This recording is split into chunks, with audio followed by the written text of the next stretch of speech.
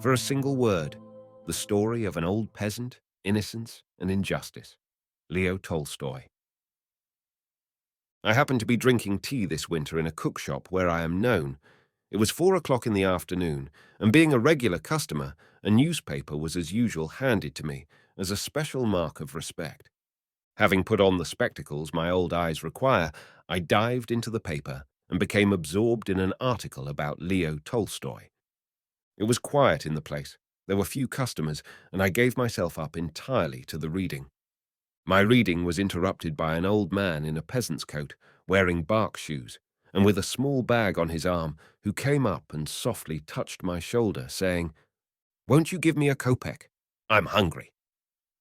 I was vexed at the fellow's impertinence in disturbing me. I considered myself poor, almost a beggar, though I did not go begging, and in my vexation, without looking up from the paper, I said, "There are plenty of you hungry ones loafing about. I am hungry myself. Go to the devil." And having said this, I went on reading. But my reading was interrupted by a strange sound of convulsive weeping and sobbing. I took off my spectacles, laid them on the newspaper, and looked at the beggar. He was an old man, evidently a peasant, pale, thin, and with a bent back. He stood without moving, and his sunken chest heaved again and again with sobs. I suddenly felt pained and ashamed. A lump rose in my throat, and I could hardly keep from tears. We old folk have a weakness that way. Feeling ashamed, I tried in my mind to accuse myself for not having given him anything, and for having even told him to go to the devil. I am hungry myself, out of work, and have a large family on my hands, thought I. But immediately the voice of conscience began to speak in my soul. Still, you should not treat him like that. It was wrong. You have done wrong, brother Vasily, said I to myself. I did not know what it was that made him weep so, the want of bread, or my rude refusal. In the 60 years of my life, I have seen but little Joby, and since I can remember, I have myself experienced the harshness of men, and heard from them just such words as I had said to the old man. But yet, I felt pained and ashamed. I sat, he stood before me, and for a minute we looked at each other in silence. It was long before I could find words to say to him. Out at last, mastering my confusion, in a voice just as unsteady and timid as that in which he had asked me for a kopeck a minute before, I said, "What are you crying about, friend?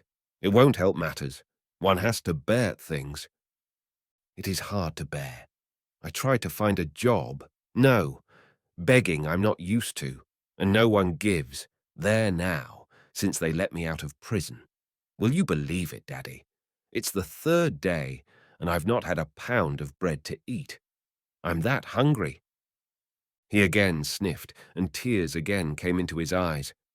I felt uncomfortable, but as it seemed to me that this man, let out from prison, was not in such despair merely for want of bread, but had something more important on his mind, I tried to get into conversation with him, in order, if possible, to comfort him.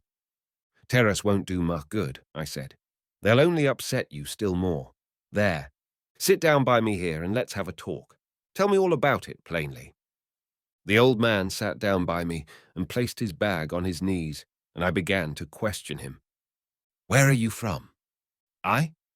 I am from the Kursk government, Oboyansk district, Rybatsk parish, Bobrovka village."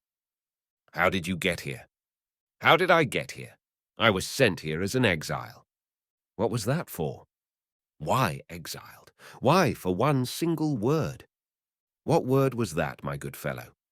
He faltered, as if afraid to tell me what word it was he suffered for. Though I am myself a peasant, I was dressed in town clothes. I wore a pea-jacket and strong boots and galoshes, and a newspaper and spectacles were lying in front of me.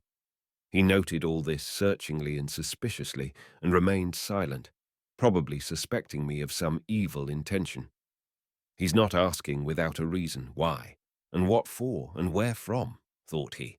So he remained silent, probably considering that better is good silence than a blundering word. I understood that it was hard for him to say the word for which he was suffering, to a strange townsman who might prove to be a wolf in sheep's clothing. And having understood this, I no longer tried to draw him out, though I much wanted to know how such a man could have been arrested and exiled, as he evidently had been, for political reasons. I have known many politicals, and have even lived in the same lodging with some of them. They were mostly young, advanced, self-confident, and eloquent men. How could this pitiful old man, so totally unlike them, have become a political? "Look here," I said. "You go into that little room over there and wait about half an hour. When the izvozchiks, cabmen, come in, I'll see what we can get together for you. Now go and order some soup and as much bread as you can eat." "But how? I've no money. There now. There now. Order it and eat it, and we'll pay the money." The old man went. I remained alone again, put on my spectacles, and set to work to finish the article. But again my reading was interrupted, this time by a waiter.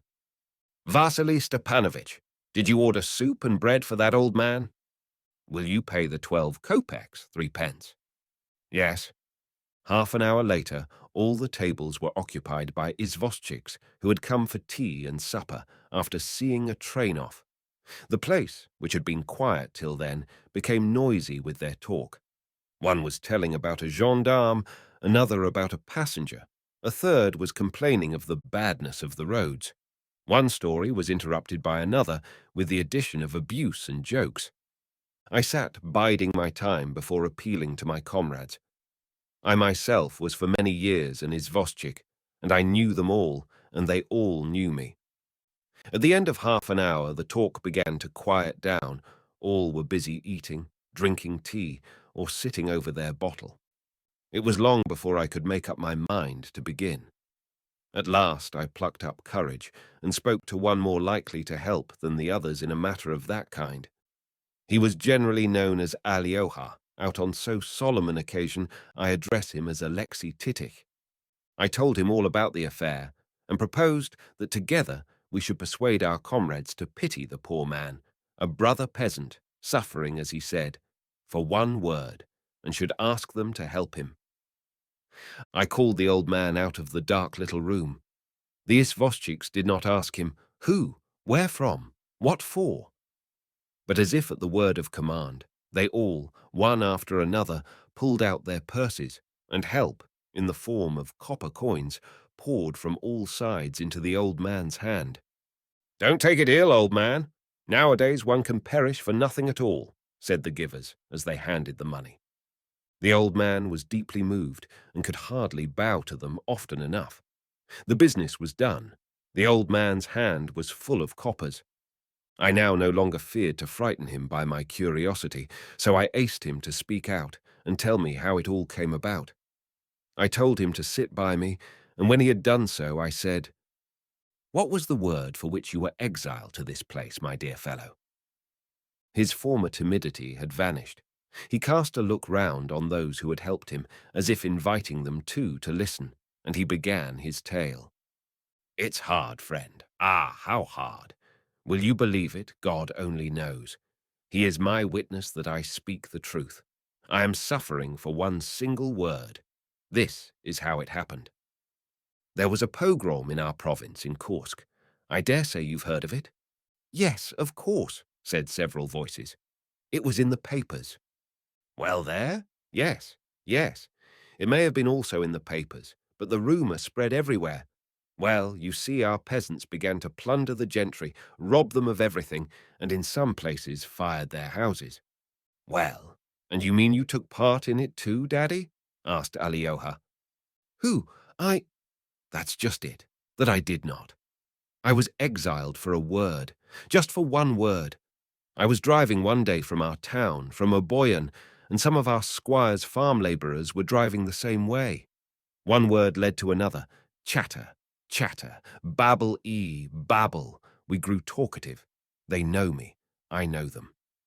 That was fine, Mikisha, the way your Oboyan people cleared our squire out of their parts. They should clear him out of this farm now. Burn it too." And I only said, "Our Oboyanites have cleared your squire out of their parts, and you can burn your farm yourselves if you wish to." And there my talk with them ended. After that, we said goodbye, and they went their way, and I went mine. I had forgotten all about it, and was living quietly at home. A week passed. It was evening. I had climbed onto the stove and laid down, and just as I was falling asleep, someone knocked at the window. "Oh, bother you!" And I even gave a jump. My eldest daughter went to open the door. I raised my head and listened. What silly fellow is there? I heard someone asking for me. He gives my name and surname. My daughter says, he's at home, lying on the oven. I couldn't make out whose voice it was, but I saw a policeman pushing his way into the hut. "Where is he?" says he, naming me. I was quite stunned. I think, what can he want me for? But as to my talk with the labourers, it never entered my head. "Come, get down, dress quick, look alive, march, to the officer at the police station." I tried to find out what for, but he was a close-tongued hound. He even stamped his foot and shouted, "No arguing, look alive." I hurriedly put on this coat and did not even take my warm mittens. We came out and started off. He got on his horse and drove me along. My little ones were quite frightened. I have 5 children, the eldest, a girl of 17, and a boy of 12 who is now left head of the house. The others are all younger and younger. They followed me through the village, screaming and crying with all their might. The old man gasped for breath. His chest heaved, his shoulders jerked, his face was awry, and he covered his eyes with his hand. Oh, how hard it was to part, brothers. There now, my eldest daughter. May God not let her out of his keeping, and my little son. What is her but a little nestling? And here am I, far out of sight of all 5 of them. You see, I have hardly an ounce of strength left, and to have still to suffer so much. Oh, Lord, it seems I could drag through a lifetime quicker than through this 1 year. But how did it all come about? This is how it came about, as I was told. The choir's labourers went home and went and told the steward, "We've been driving with Mikishka," and he was telling us how their Oboyanites cleared out the squire's seat in their parts. Now, he said, it's your turn to clear out the choir's farm. The steward told the squire, and our squire's a retired lieutenant colonel. He wrote a paper to the governor. "There," says he, "the peasant Mikishka is telling my labourers to burn my farm, but never had I such a thaw in my head. Where did they take me? Why, first the policeman drove me to the officer at the police station. It was late. They put me into the guard-house and did not examine me that evening. The night, lads, seemed like a week to me. I never closed my eyes. Ah, well, thought I, the officer won't keep me long. He'll ask me something and send me home. I'll have my sleep out at home." Then I saw the dawn breaking. It was morning. I waited, and it seemed so long. Still, they did not call me. It was as if my soul would jump out of my body. My heart went pit-a-pat. Oh, think I, it's no good that is coming. Then I heard a knocking on my cell. Well, think I, now Jesus help Mikishka. The lock clicked. The door opened. They took me to the officer. He looks at me, shakes his head and says, "Anyway, my man, it's a nicer road you've started on in your old age. You should guide the young ones, but you yourself have taken to, how did he call it? Pan, is it? No, I can't say it. Taken to propaganda? Someone suggested. Yes, that's it. I don't even now know what that word may mean." Then he took a paper and says, "Listen, this is an order from the governor," and he began to read. My eyes grew misty, my brain went round, and I could make nothing out. I only understood that I was said to have told people to burn the house. He finished reading and says, "Well, to what province do you wish to be sent?" I was silent and did not know what to say to him. He again repeats, "To what province?" I stand like an image. "Well then, I will send you to Tula. Do you hear what I say?" "I hear it. And now, Your Honour, can I go straight home?" "Take him and march him off." 2 soldiers were standing there, and they marched me to prison with drawn swords, one in front and the other behind me, as if I were a savage beast. There I sat a fortnight, and then I was brought to Tula under convoy. I was never here before in all my born days. Will you believe me, lads? I've been going about 3 days and had only a pound of bread to eat. I've got quite starved. Work, I see, is scarce in these parts. I've tried to get a job, but no. Begging is a thing I'm not used to, and no one gives anything. May God give you good health, children. He sends me to you. I've eaten and drunk my fill of soup and bread, and here you've collected a store for me. God will send you his kingdom unawares. And one old man began to cross himself and to bow all round, saying, Thank you. But have you had a trial? Someone asked. What trial? No trial at all. They give short trial to the likes of us. Well, and where did they take you next? I asked. What is to be done, Daddy? It's all the same, whether one dies in one's own field or another's. The earth is the earth. Aren't we all in the same bondage? The children will grow up without you. Don't they say, and don't they write in the papers, that there are many thousands in the prisons alone? Some for truth's sake, some for wrongdoing. Some have been hung, some stabbed, some shot. It's like the end of the world. Go on living, Daddy, until your soul goes away of itself. The old man turned his head towards the place whence the voice was preaching to him, and, as if agreeing, he shrugged his shoulders, scratching himself, for the prison had supplied him richly with insects. Daddy, you should go to the baths, somebody remarked, and it would be well to bake your clothes in a hot oven, or those prison lodgers will eat you up. Yes, my lad, it is long since I washed my body. Well, brothers, may God's will be done. My thanks to you. No need, Daddy, no need. Come again some day if you need to. We'll collect some more for you. Thank you, my dears. I may have luck tomorrow. They promised to give me a job on the tram line. And now excuse me, children. I am going. Don't judge me harshly. Where to? The Doss house? No, I slept there last night. God save us from such people as there are there. I'll spend the night at the railway station, and tomorrow, God willing, I'll get a day labourer's job on the tram. I left the cook shop with him, and we took leave of each other. I pressed his hand. Thank you, friend, said he. I have had a rest with you. He took off his cap, crossed himself, made his way towards the railway station, while I went home.